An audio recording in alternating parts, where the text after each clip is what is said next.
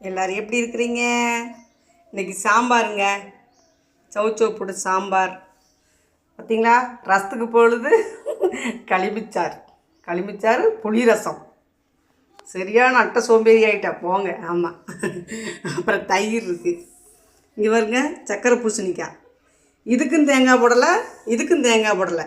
ஏன்னு கேட்டிங்கன்னா தேங்காய் 30 ரூபாயாம்மா. சாப்பிட்லாம் இப்படியே. அப்புறம் சோறாக்கி வச்சுருக்கேன் பாருங்கள்.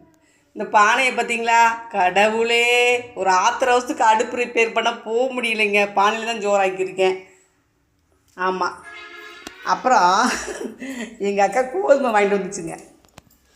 இதை காய போட்டு இதில் கிடக்க ஒரு 100 கடுகு 1000 கடுகு இருக்குங்க.